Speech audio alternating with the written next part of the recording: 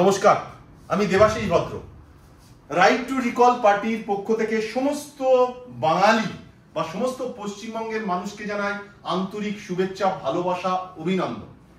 বিগত বহু বছর ধরে, বিগত 15 বছর থেকে 18 বছর ধরে রাইট টু রিকল পার্টি সমস্ত ভারতবর্ষে বিভিন্ন জায়গায় খুব দ্রুত বিস্তার লাভ করছে এবং বিগত 5 বছর ধরে পশ্চিমবঙ্গে ব্যাপক পরিমাণে বিস্তার লাভ শুরু করেছে। তো রাইট টু রিকল পার্টিটা কি, এর এজেন্ডা কি আছে? যেমন কমিউনিস্ট পার্টি আছে, তার একটা এজেন্ডা আছে মার্ক্সবাদ, লেনিনবাদ, স্টালিনবাদ, গান্ধীবাদ, যেমন কংগ্রেসের গান্ধীবাদ। হ্যাঁ, তো কারোর মামাটি মানুষ, কেউ হয়তো একাত্ম মানবতাবাদ। তো আমাদের যে এজেন্ডা, এটা কি আছে? Recall system. যতক্ষণ ভারতবর্ষে রিকল সিস্টেম না হবে ততক্ষণ আমরা কোনো মতেই শান্তি অর্জন করতে পারবো না। এবারে এটা আমি এখন আপনাদের সামনে এক্সপ্লেন করছি যে রাইট টু রিকল পার্টিটা কি।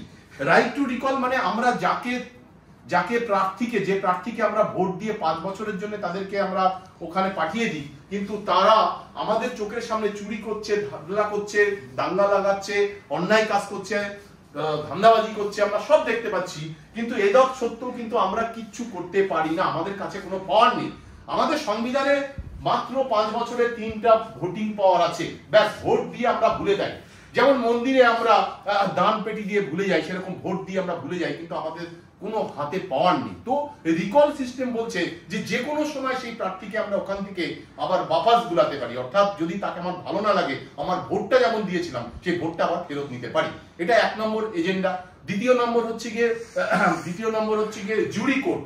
জুরি কোর্ট, এই যে কোর্টের যে সিস্টেমটাকে পুরো সিস্টেম চেঞ্জ করতে গেলে আমাদের কোর্টে জুরি কোর্ট লাগু করতে হবে এবং সাথে সাথে আমাদের যেটি করতে হবে ভোট বাপাস ফেরত, অর্থাৎ জজ যদি কোনো রকম ভুলভাল কাজ করে বা কোনো রকম যদি যে ব্যক্তি সাজা হয়েছে তাকে সাজা না দেওয়া হয়, পয়সা খেয়ে নেয়, তো তাহলে আমরা তাকে ওখান থেকে ভোট ফেরত করে ওখান থেকে নামিয়ে দেবো এবং তারপরে সেখানে জুরি কোর্ট আমরা লাগু করবো। মানে জুরি আসবে, জুরি এসে সেই সিস্টেমটাকে, সেই বিচার ব্যবস্থা জুরি হাতে থাকবে, জুরি ঠিক করবে যে এর কি শাস্তি হওয়া উচিত না উচিত। আপনারা এই বিষয়ে সার্চ করে দেখে নিন। নাম্বার 2। নাম্বার 3 হচ্ছে রেফারেন্ডাম। আমাদের দেশে আমরা সরকারকে পাঠাই, এই সরকার কি কানুন করছে না করছে আমাদের কোনো পারমিশন নিয়েছে না। যে কোনো ধরুন জিএসটি করেছে, ধরুন মন্দির অধিগ্রহণ, যে কোনো কানুন করছে, সেই কানুনের যতক্ষণ 51% ভারতবর্ষের নাগরিক যতক্ষণ রায় না দেবে ততক্ষণ সেই কানুন লাগু হবে না। অতএব আমাদের এখানে রেফারেন্ডাম কানুন লাগু করতে হবে, জনমত সংগ্রহ কানুন লাগু করতে হবে। এবং আরেকটি কানুন আছে, সেটি হচ্ছে কি আমাদের যেটা হচ্ছে গান পাওয়ার, গান অর্থাৎ বন্দুক রাখার অধিকার। ভারতবর্ষের প্রত্যেকটা জনগণের 2টো করে বন্দুক রাখার অধিকার, অর্থাৎ একটা রিভলভার রাখার অধিকার এবং একটা গান রাখার অধিকার। এটা আমাদের দেশ সুরক্ষিত থাকবে এবং আমাদের জাতি সুরক্ষিত থাকবে, ভারত সুরক্ষিত থাকবে। এই হচ্ছে কি মূল 4টে এজেন্ডা। এছাড়া 35টা আমাদের কানুন লাগু করা আছে, লাগু করা মানে আমাদের রেডি আছে ড্রাফট।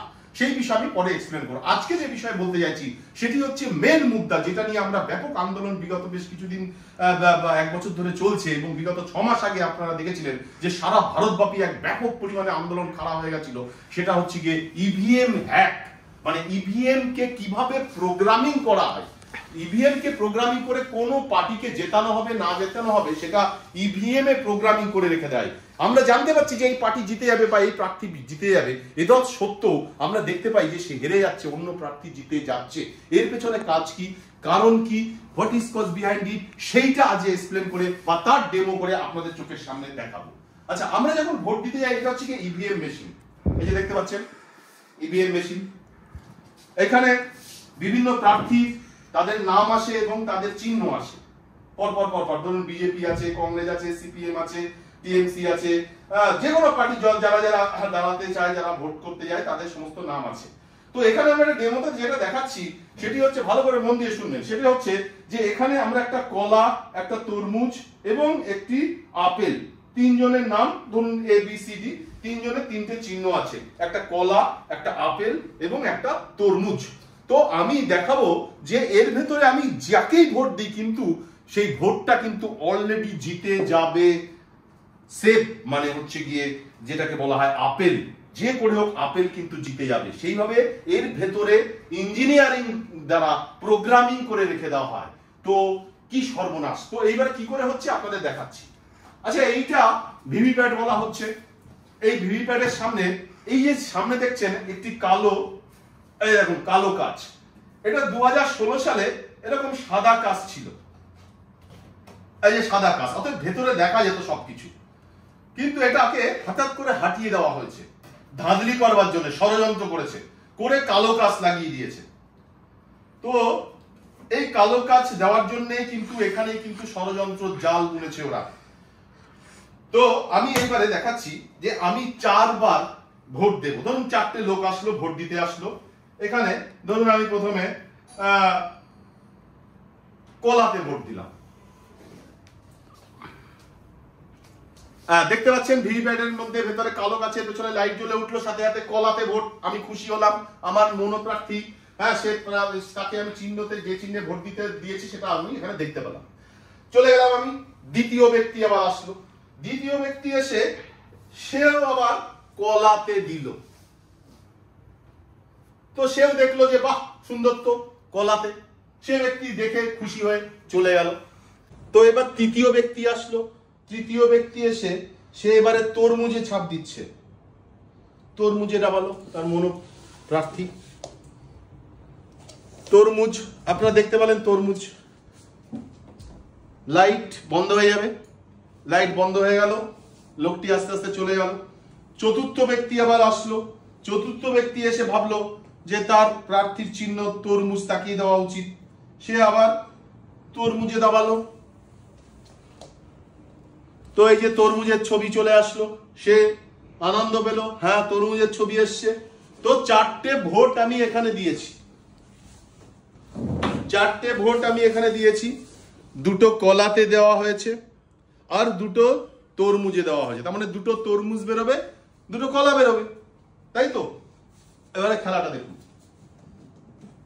আমি এবারে ভিভিপ্যাট খুললাম,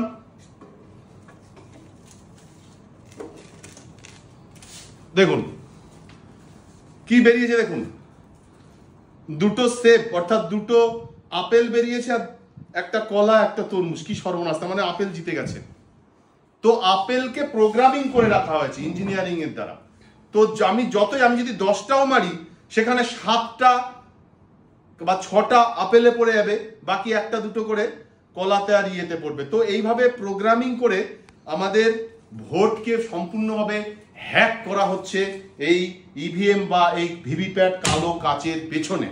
তো আমি যেটা বলতে চাইছি সেটা হচ্ছে, আপনারা যে পার্টি থাকুন বা যেই থাকুন, আপনারা আগে মূল যে সমস্যা সেটি হচ্ছে গিয়ে এই ভিভিপ্যাট বা ইভিএম। ইভিএম আমাদের ভারত থেকে, শুধু বাংলা নয়, বাংলায় যে আমরা দেখতে পাচ্ছি যে যেটা আমরা দেখতে পেলাম, আপনারা সবাই জানেন।